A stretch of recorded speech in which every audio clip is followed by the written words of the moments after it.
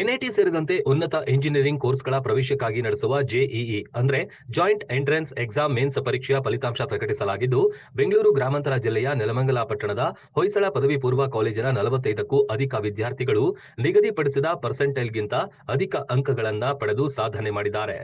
ಅದರಲ್ಲಿ 5 ವಿದ್ಯಾರ್ಥಿಗಳು 90ಕ್ಕಿಂತ ಹೆಚ್ಚು ಅಂಕಗಳನ್ನ ಪಡೆದು ಸಾಧನೆಗೈದಿದ್ದಾರೆ.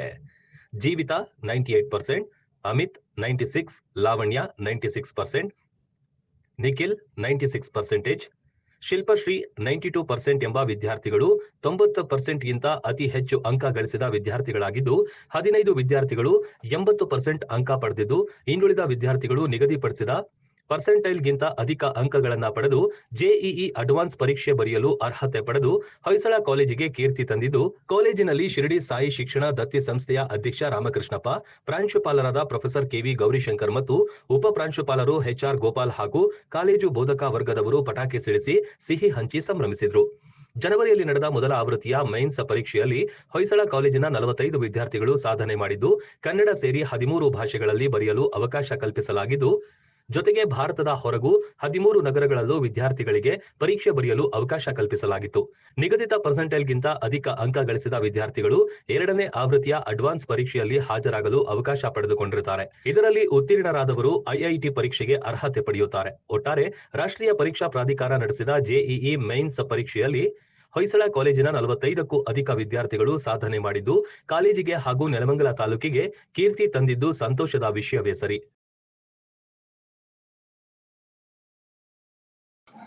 ನಮಸ್ತೆ. ಹೊಯ್ಸಳ PU ಕಾಲೇಜು ನೆಲಮಂಗಲ ವತಿಯಿಂದ ಪ್ರತಿ ವರ್ಷ ನಾವು ನಮ್ಮ ಮಕ್ಕಳು ಜೆಇ ಮೇನ್ಸಲ್ಲಿ ಈ ವರ್ಷ ಕೂಡ ಪ್ರತಿ ವರ್ಷದಂತೆ ಈ ವರ್ಷ ಕೂಡ ಕ್ವಾಲಿಫೈ ಆಗಿದ್ದಾರೆ.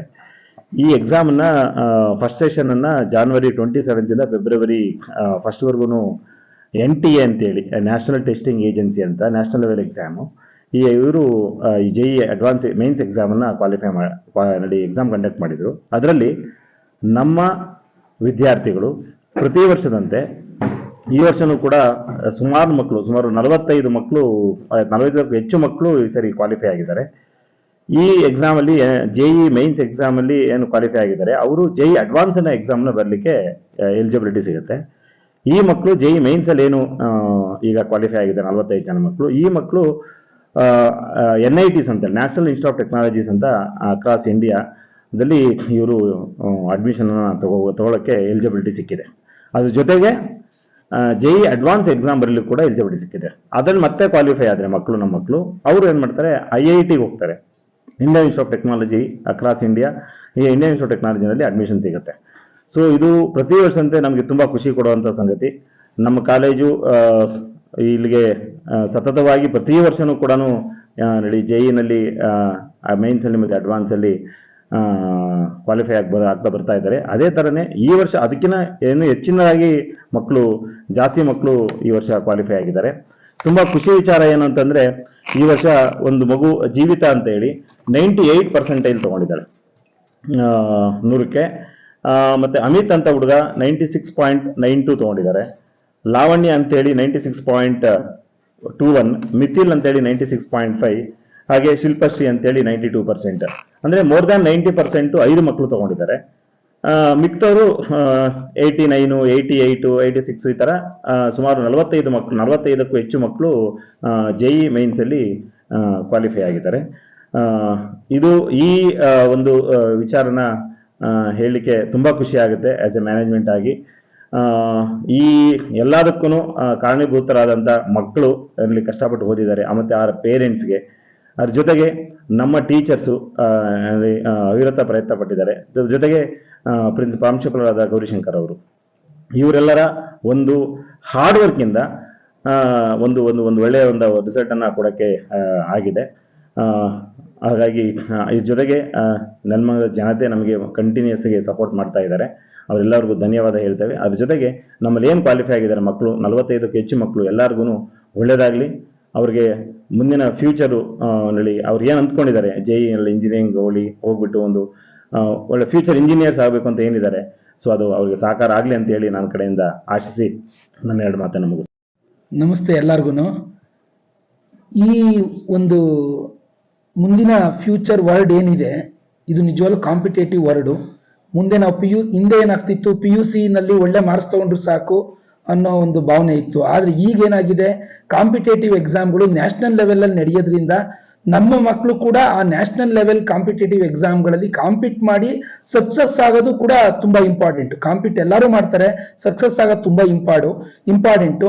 ಆ ನಿಟ್ಟಿನಲ್ಲಿ ನಾವು ಪ್ರತಿ ವರ್ಷದಿಂದ ವರ್ಷಕ್ಕೆ ಏನು ನಮ್ಮ ಯೋಜನೆಗಳಿದೆ, ಆ ಯೋಜನೆಗಳನ್ನ ಬದಲಾಯಿಸ್ಕೊಂಡು ಉತ್ತಮವಾಗಿರೋದನ್ನ ಉಳಿಸ್ಕೊಂಡು, ಯಾವುದು ಸರಿ ಹೋಗ್ತಿಲ್ಲ ಅದನ್ನ ಬದಲಾಯಿಸ್ಕೊಂಡು ನಾವು ಕೆಲಸ ಮಾಡ್ಕೊಂತ ಬರ್ತಿದೀವಿ. ಅದು ಮೇನ್ಸ್ ಅಲ್ಲಿ ಪ್ರತಿ ವರ್ಷ ನಾವು 96, 96.5, 97ವರೆಗೂ ಬರ್ತಾ ಇತ್ತು. ಈ ಸರಿ 98ನ ರೀಚ್ ಆಗಿದೀವಿ ನಾವು, ನಿಜವಾಗ್ಲೂ ಹೈಯೆಸ್ಟ್.